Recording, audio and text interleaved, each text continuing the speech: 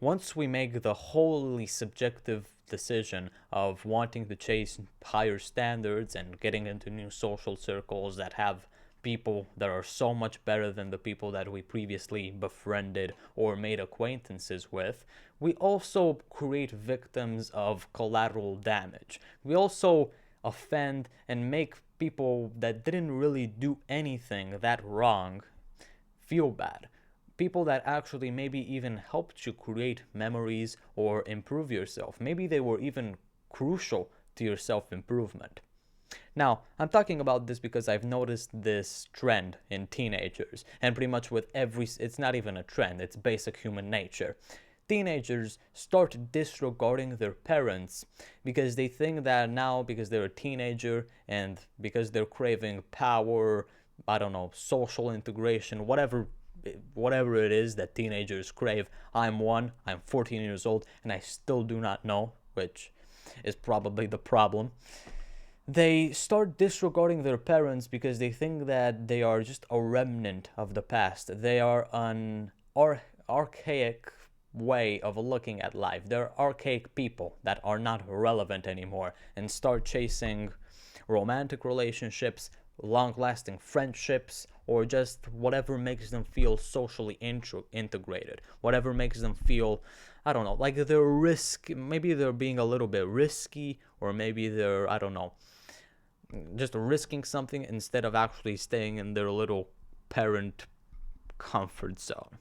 And this is completely atrocious. It's one of the great tragedies of human life, that once we reach a certain age, we completely forget that what our parents did to us. And I talk about this in a lot of my videos, and I've talked about this in one of my other videos, how by the time we actually get to an age when we can appreciate our parents, they already have aged so much. If you're lucky, your parents maybe made you when they were in their late 20s, early 30s, and for me, they were already in their late 30s. So yeah, okay, now I'm able to appreciate them, but they're almost 50.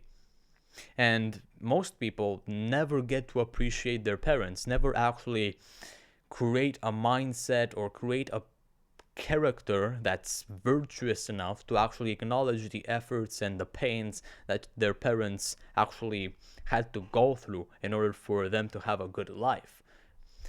And I forgot. I'm forgetting where I was wanting to go with this. And when it comes to disregarding your parents, we disregard them because we want something new. We think that we have evolved, but in reality, we have not evolved at all, and we're just trying to deduce where the little race of evolution, where the little finish line of evolution is. We're not evolving. We're just disregarding people that made us great, that were crucial to our self-improvement, to our growth, and that we made memories with.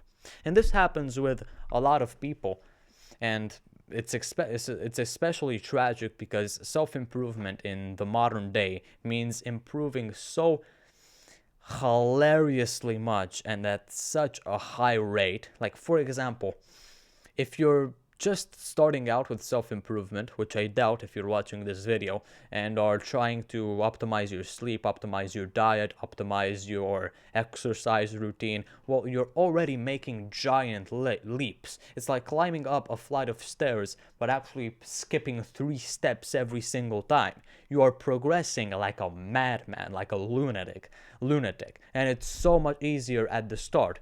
It's beginner's luck, maybe. It's just a rule of the universe that everything is simpler at the start, then gets really, really hard, and then it's also like the little Alex Hormozy entrepreneur spectrum. If you've heard of it, you should watch Alex Hormozy's videos, read his books. He's great. Where did I want to go with this? So yeah, no. Where did I want to? Jesus Christ. Yeah, okay, it means improving so hilariously much and leaving everyone in the dust, basically. Making everybody more and more and more inferior to you. And as Hamza talks about, like the god of self-improvement on YouTube. I mean, the king, actually the former king, he's like Louis the 16th. There was kind of a revolution in the world of self-improvement, and now he's kind of fallen off. Well, whatever, I still like him. He talks about how one of the great tragedies of self-improvement, not of life, of self-improvement, they're kind of synonyms if you want to look at it through a virtuous lens, but one of the great tragedies of self-improvement is the social aspect of it all, which is what this channel is all about, that you leave so many people in the dust. You befriend someone at a certain stage in your life, and I don't know, if you're at the start, in a week you'll already be so much better than them. And if you're a little bit more advanced, in a year or two, they will already seem a little bit flawed, really, really flawed. This is the case with pretty much everything, with language learning, with entrepreneurship, with everything on the planet. If other people can't keep up with you, what are you supposed to do? Are you supposed to keep hanging out with the people that are not making you better, that might be making you worse because you're literally better than them, objectively speaking? And this is not something that depends on ego or cockiness. No, you're just objectively better than them. What do you do? Well, I think that you shouldn't ignore them.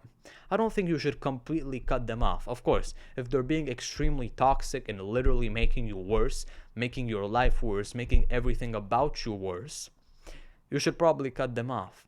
But if they're actually still friendly, if they're actually still people that you want to keep some contact with, do not cut them off because you just think you're too good for them. You are too good for them, but actually realizing this is a bit cocky. I wrote here on my little script, respect everyone, don't get cocky. That if you get anything from my channel in general, at least this video, is respect everyone, don't get cocky. Because of course, you might be better than them.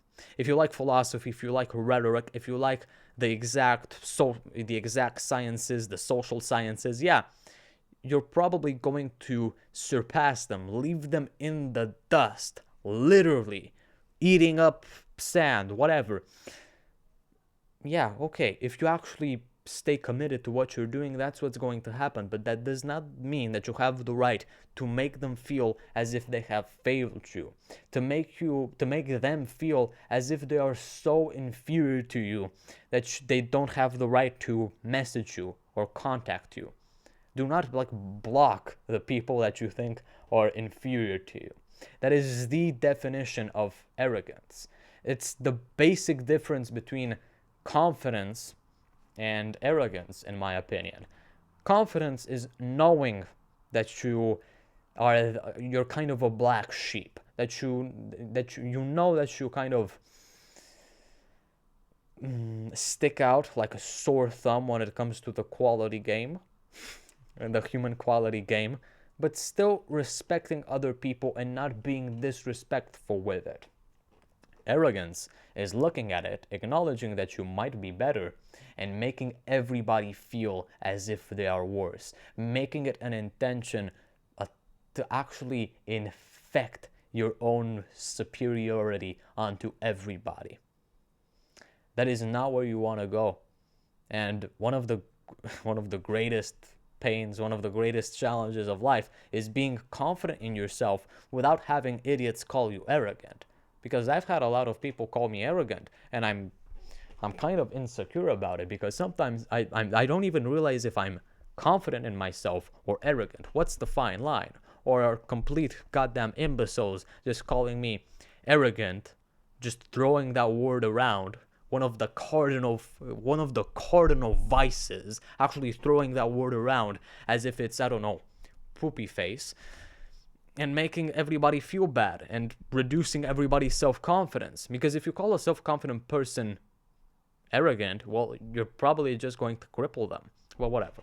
That's off the point. Don't have the arrogance, the ego to think that you're deliberately better than somebody else. Acknowledge it subconsciously, But the moment you actually do anything to disregard a person because you think that you're better than them, whatever that means, you've lost. You've lost the game of arrogance. You've lost the game of modesty. So, how to not disregard people? Respect them. Respect everyone. Don't get cocky. And subscribe to the channel if you want to join this little movement of reviving the social sciences and the desire to speak with people. And send this to someone you love. I'll see you later.